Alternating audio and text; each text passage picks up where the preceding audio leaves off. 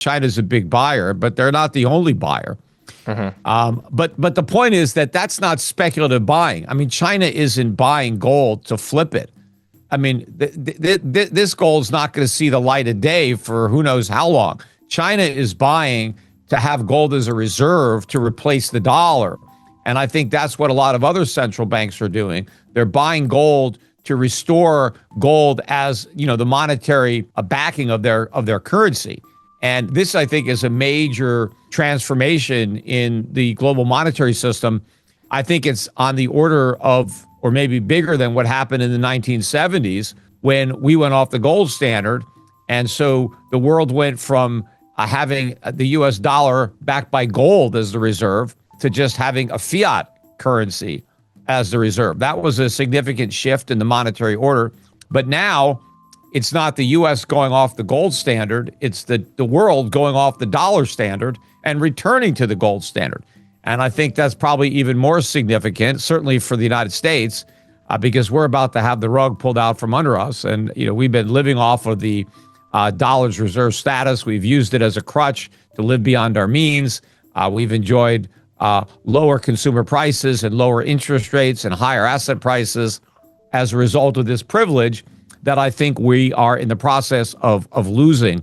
So when you point to these other moves up in gold and silver, I think they were largely driven at the peaks by speculators, by retail investors who were, jumping on the bandwagon and pushing the markets to, kind of extreme points, and then they would go down. I don't think we've even seen that yet. I think that retail investors have barely participated. In fact, if you look back at the flows from all of last year and most of this year, retail investors were selling gold ETFs. They were selling gold stock ETFs. So they sold into the rally. They weren't buying.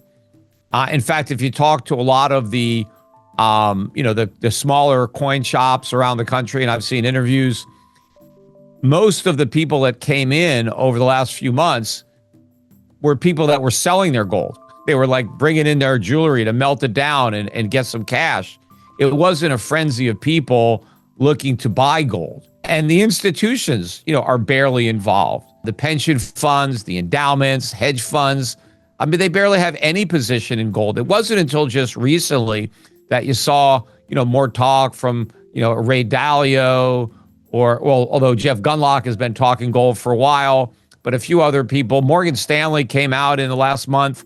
I think one of their analysts said that we should tweak the 60-40 portfolio to be 60-20-20, where you split your bonds in half and you buy gold.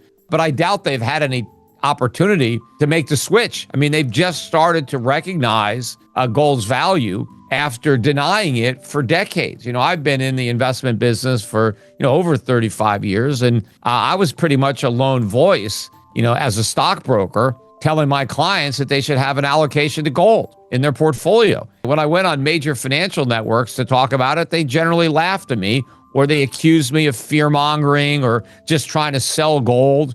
They didn't accuse a stockbroker of recommending a stock because he's just trying to sell stocks. And of course, I was both, right? I was a stockbroker, but I also thought that people should have gold as part of their portfolios. But that was sacrilegious.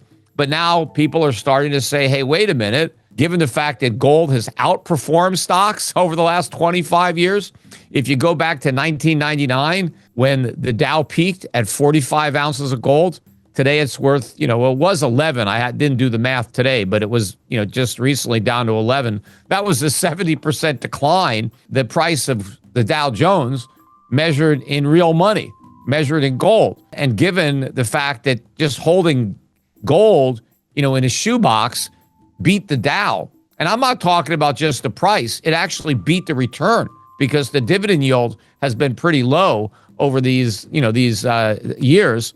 You actually did better just holding a gold coin. And so I guess, given that, I think Wall Street finally recognizes that, yes, gold has a place in your portfolio. And if that's the case, well, this rally has a long way to go because that means a lot of investors have a lot of gold they need to buy. Meanwhile, the central banks are getting started.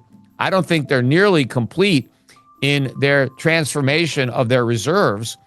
They still have a lot of dollars to get rid of and a lot of gold to buy. Clearly, when gold is at 4,000 and it was at 2,000 2 years ago, the dollar's lost half of its purchasing power in terms of how much gold you can buy with your dollar. So the dollar is losing value against real money right now, but so are the pound and the euro and the yen and all these other currencies. But I do think that you're going to start to see the dollar losing a lot more value relative to its fiat counterparts, either, before the end of this year or next year.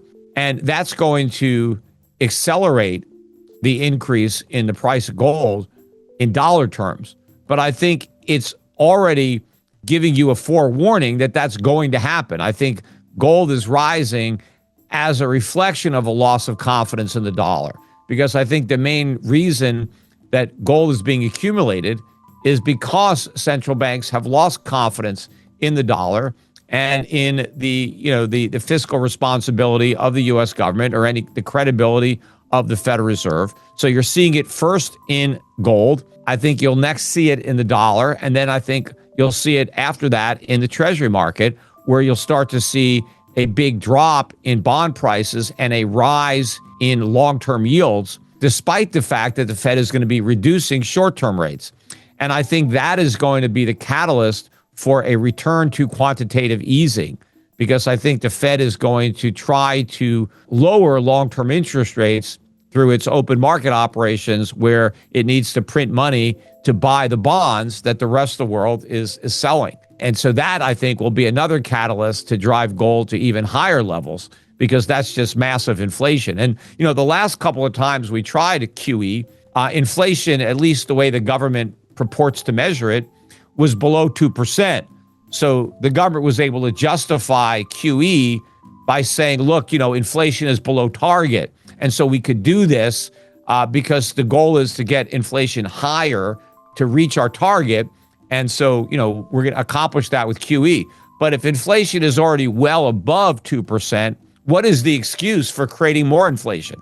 How do you justify QE when inflation is 4 or 5%? That's the way simple, the government Peter measures it. That's simple. The Fed just moves its inflation target to 3% unofficially, and then you've got more QE to be justified. Well, but I don't think they could do that, because just moving it to 3%, once you move the goalpost once, well, now you've already broken trust, because if you can move it to 3, you can move it to 4. But even moving it to 3 is a big game changer, because that means a 50% increase in annual inflation. I mean, what does that do to the present value of gold if inflation is going to be 50% higher from now until the end of time?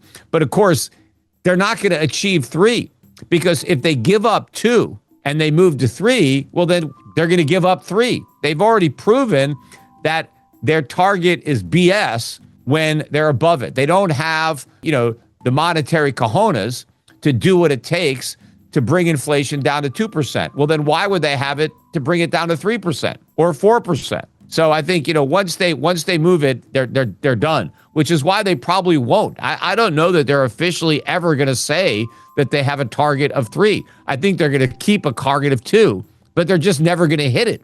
And I thought it was really ridiculous. In the last FOMC meeting, somebody actually asked Powell about about his forecast, because he pointed out, hey, 2 years ago, you predicted that in 2 years, inflation would be 2%. And now it's 2 years later and it's way above 2%. And you're still predicting that 2% will have 2% inflation in 2 years.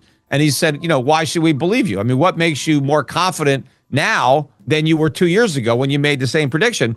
And Powell basically said, look, we don't really know where inflation is going to be in 2 years.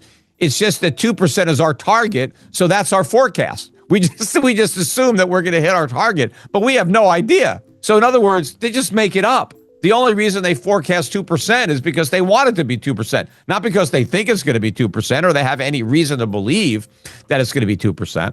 So they could just keep on talking 2% inflation just to pretend that they've got that target. But, we're not going to go anywhere near it. What they may do to try to get closer to 2% is not change the target, but change the CPI. I mean, that's how the government operates. You change the methodology for calculating the CPI so that you get a lower number. That's what they did with the Boskin Commission. That's why the whole CPI is irrelevant today, because it's been rigged by the government to have a low number.